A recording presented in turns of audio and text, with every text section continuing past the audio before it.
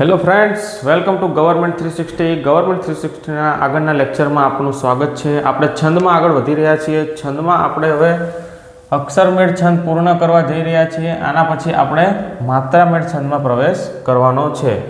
તો ચલો બાકીના છંદ ભણી લઈએ. શું છે? શાર્દૂલ, વિક્રીડિત.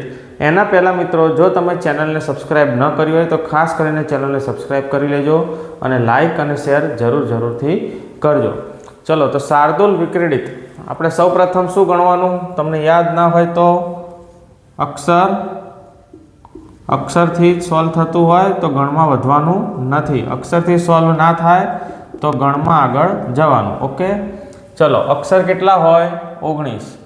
હવે તમને 19 અક્ષરનો શાર્દૂલ વિક્રીડિત નામનો એક જ છંદ છે.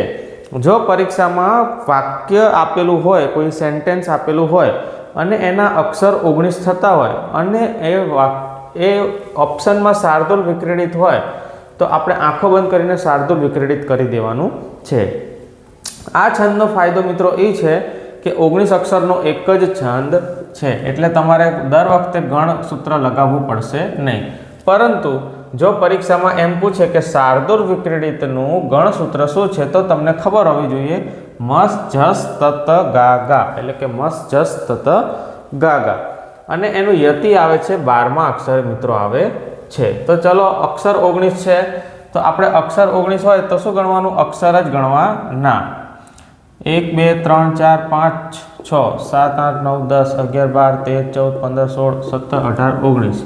હવે સમજો પરીક્ષામાં આવી રીતે 19 અક્ષર થયા અને 19 અક્ષર થયા છે. જો ઓપ્શનમાં 3 ઓપ્શન હોય, પૃથ્વી છંદ, મંદાક્રાંતા છંદ, હરિણી અને આપેલ કોઈ પણ નહીં, એટલે કે નોન, તો પછી આપણે શું કરવાનું? 19 અક્ષર થાય તો તમને તો એ તો ખબર જ છે કે આ 3 17 અક્ષરના છંદ છે, તો નોન ટીક કરીને આવવાનું. અને એક જો શાર્દૂલ વિક્રીડિત નામનો ઓપ્શન હોય અહીંયા, તો શાર્દૂલ વિક્રીડિત લખીને આવવાનું છે.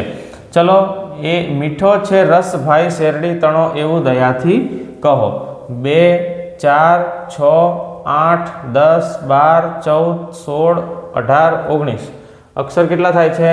19. આનું મિત્ર એવું નથી લઘુગુરુ ના થઈ શકે. જેમ કે મ ગણ છે તો મ ગણનું શું થાય? મા તારા. તો જો અહીંયા લગાવો તો મા તા રા, એટલે 3 3 શું થવા જોઈએ? ગુરુ થવા જોઈએ. તમે અહીંયા પહેલા અક્ષર ગણો 2 4 6 8 10 12 14 16 18 19 અક્ષર 19 થયા. હવે લઘુ ગુરુ કરો. ચિંતા, અનુસ્વારનો નિયમ લગાવો.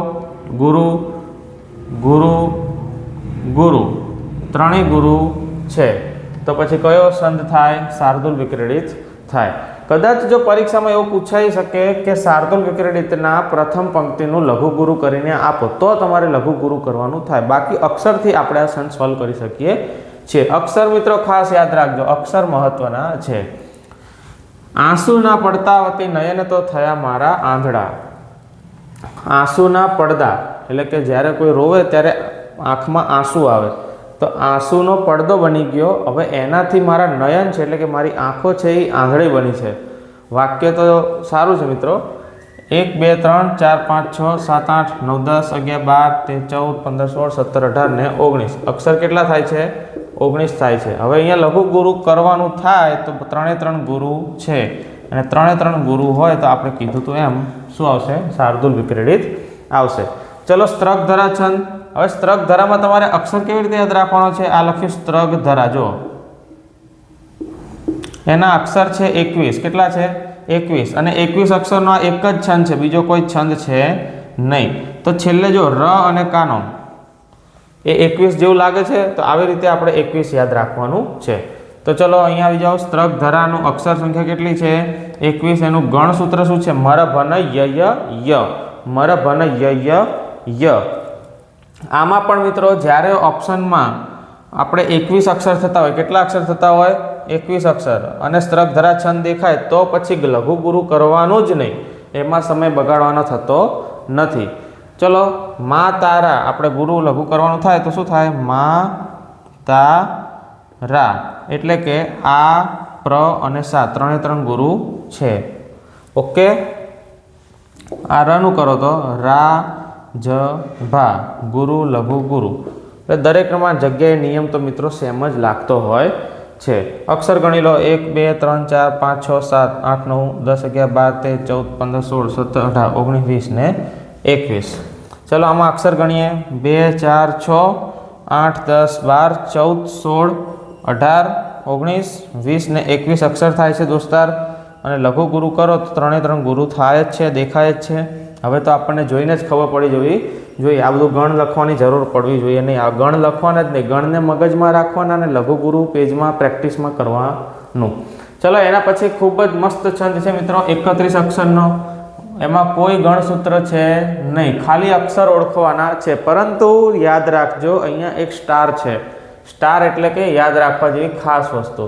પ્રથમ પંક્તિમાં 16 અને બીજી પંક્તિમાં 15 એમ મળીને 31 અક્ષર થાય છે. પ્રથમ પંક્તિમાં કેટલા મિત્રો 16 અને બીજી પંક્તિમાં 15. ચલો આપણે પછી જોઈએ આ દલપતરામની એક રચના છે, બહુ સરસ રચના છે મિત્રો. આ કદાચ તમે ક્યાંય સાંભળ્યું હોય. પહેલાં આપણે અક્ષર ગણી લઈએ. 31 અક્ષર થવા જોઈએ. એક પંક્તિમાં કેટલા અક્ષર થવા જોઈએ? 31 અક્ષર થવા જોઈએ. દરેક પંક્તિમાં 31 અક્ષર થાય એટલે આપણે મનહર છંદ લખી લેવાનું છે. 1 2 3 4 5 6 7 8 9 10 11 12 13 14 15 16 થયા મિત્રો. તો પ્રથમ કયું કીધું હતું? 16 હોવું જોઈએ. પછી બીજું 1 2 3 4 5 6 7 8 9 10 11 12 13 14 15 આ કેટલા થયા? 15. 16 અને 15 મિત્રો કેટલા? 31 થઈ ગયા. હવે તમે આગળ વધો. ઊંટ કહે આ સભામાં વાંકા અંગવાળા ભૂંડા, ભૂતળમાં પક્ષીઓ અને પક્ષીઓ અપાર છે. બગલાની ડોક વાંકી, પોપટાની ચાંચ વાંકી, કૂતરાની પૂંછડીનો વાંકો વિસ્તાર છે. સાંભળી શિયાળ બોલ્યું દાખે દલપતરામ, અન્યનું તો એક વારું આપના 18 છે. એટલે છે ને આ મિત્રો એક પ્રકારનું કટાક્ષ છે. દલપતરામની રચના સારી છે. આનું મિનિંગ સમજવા જાવ ને તો આપણે કોઈને કોઈ રીતે કહી ના શકાય કે આપણે કોણ ખરાબ છે, કોણ આપણે આપણું જોવું જોઈએ. અન્યના તો અન્યનું એક જ ખરાબ છે, આપના 18 છે એમ કહેવા માંગે છે. આપણે મૂળ મુદ્દો છંદનો છે મિત્રો. 16 31 થાય એટલે આપણને મનહર છંદ મળી જાય. 1 2 3 4 5 6 7 8 9 10 11 12 13 14 15 16 થઈ ગયા. અને 15 1 2 જોડાક્ષર ધ્યાન રાખજો, એક જ ગણવાનો. 1 2 3 4 5 6 7 8 9 10 11 12 13 14 15 1 2 3 4 5 6 7 8 9 10 11 12 13 14 15 ઓકે 15 રેડી. 31 અક્ષર થઈ ગયા. તો કયો છંદ બને? મનહર છંદ. આનું મિત્રો તમે કરી જજો એકવાર, ફાવી જશે, કોઈ અઘરું છે નહીં. આના પછી મિત્રો આપણે એક સામાન્ય ગુલબંકી છંદ ને પછી એક શાર્દુલ વિક્રીડિત એ રીતના શાર્દુલ વિક્રીડિત. હવે આપણે ગુલબંકી છંદ મિત્રો બાકી રહ્યા. બાકી બધા છંદ પૂર્ણ થઈ ગયા છે. ઓલમોસ્ટ છંદ પૂરા થઈ ગયા છે. હવે ખાલી માત્રામેળ છંદનો એક લેક્ચર આવશે, ત્યાર પછી છંદનું આપણે સંપૂર્ણ પૂર્ણાહુતિ કરીશું. પછી ફરીથી રિઝનિંગ શરૂ કરવાનું છે.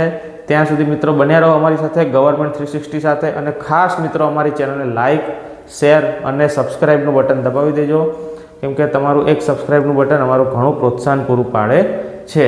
અને આપણે આવા નવા લેક્ચર લાવતા રહીશું. હું આપનો મિત્ર બ્રિજેશ. મળું નેક્સ્ટ લેક્ચરમાં. જય હિન્દ.